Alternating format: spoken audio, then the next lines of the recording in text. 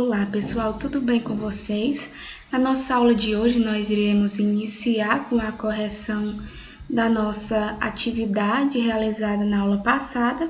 Nós iremos corrigir a atividade de casa e a de classe, então é importante que vocês venham acompanhar essas correções, certo? Nós iremos começar corrigindo a aula que foi realizada no Google Forms, no formulário, certo? Nós temos aqui a primeira questão. A primeira questão diz o seguinte: a atmosfera terrestre é dividida em 5 camadas. Observe a imagem abaixo. Nós temos aqui uma pergunta. Conforme a imagem, identifique essas camadas indicadas de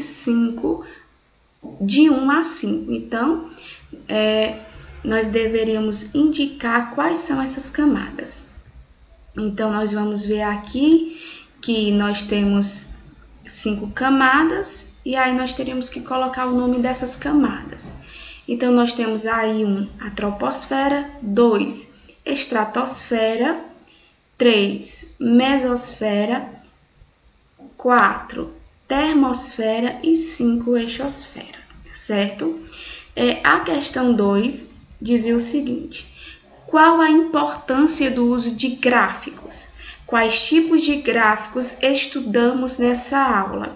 Então, nós teríamos que colocar o quê? Os gráficos são muito comuns em livros, jornais e trabalhos científicos. Eles nos ajudam a visualizar e compreender melhor várias informações. No mundo do trabalho, diversos profissionais leem e compõem gráficos para entender os mais variados tipos de situação, como na economia e no meio ambiente. Então, nós estudamos os gráficos de colunas e o gráfico de linhas, certo? Na questão 3, a pergunta é: quais são os gases que compõem o ar e qual a porcentagem de cada um deles? Então, nós teremos que colocar o nome desses gases e quanto por cento que eles estão na atmosfera. Então, nós temos o oxigênio 21%, o nitrogênio 78% e outros gases 1%, certo? Na questão 4, nós teremos que dizer quais são os ciclos importantes estudados nessa aula. No caso, nós tínhamos estudado o ciclo do oxigênio, o ciclo do carbono e o ciclo do nitrogênio, certo? Questão 5. Explique porque mesmo tendo um fósforo ou um isqueiro, uma astronauta não poderia acender uma vela na Lua.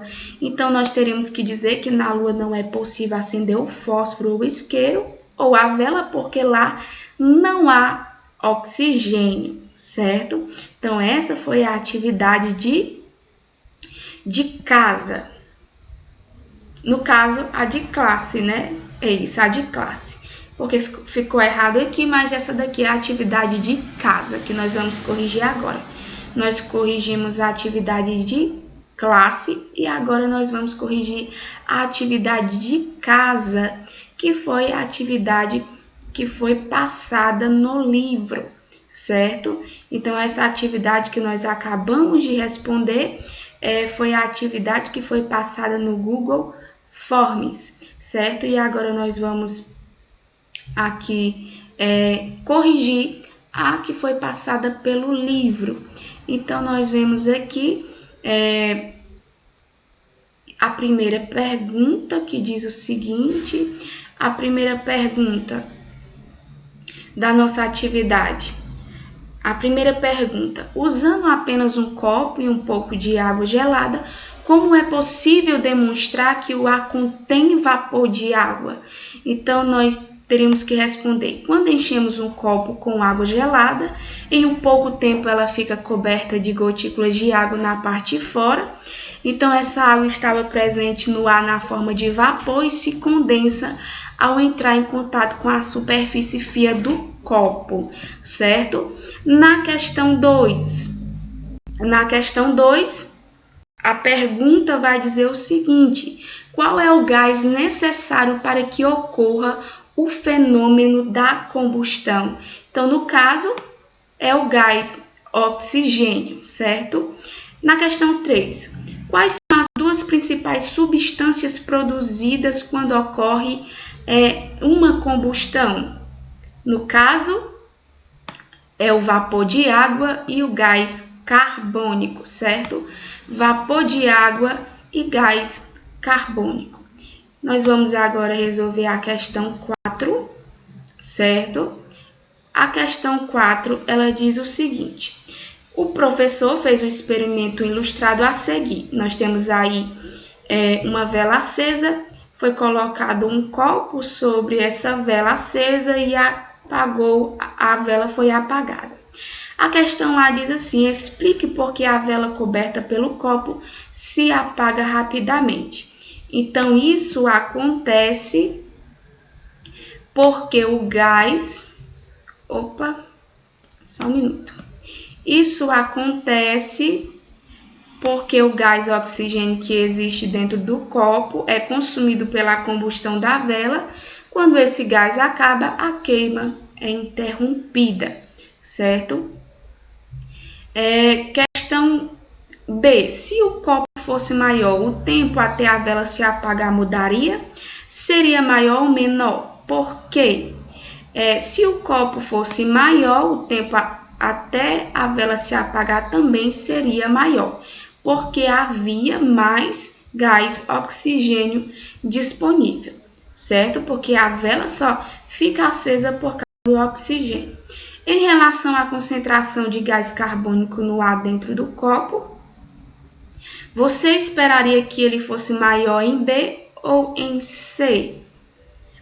Em C, porque ao mesmo tempo que a queima da vela consome o gás oxigênio, foi produzido o gás carbônico, certo? Então, vamos para a questão 5. Os seres vivos que dependem do gás oxigênio para respirar estão constantemente retirando esse gás do ar e lançando gás carbônico na atmosfera. Que fenômeno garante que o gás oxigênio disponível para a respiração dos seres vivos não acabe? Então, nesse caso, é a fotossíntese. A fotossíntese realizada por plantas, algas e certas bactérias, nesse processo ocorre o inverso do que acontece na respiração. A retirada do gás carbônico do ar e a liberação do gás oxigênio para a atmosfera. Então, nós temos aqui a correção, certo? Da nossa atividade. Então, é importante que nós venhamos estar fazendo essas atividades, respondendo, para que nós venhamos entender todos os conteúdos de forma mais coerente e simplificada, certo, pessoal? Então, essa é a nossa correção e agora a gente está indo para a nossa aula de hoje. Até a próxima!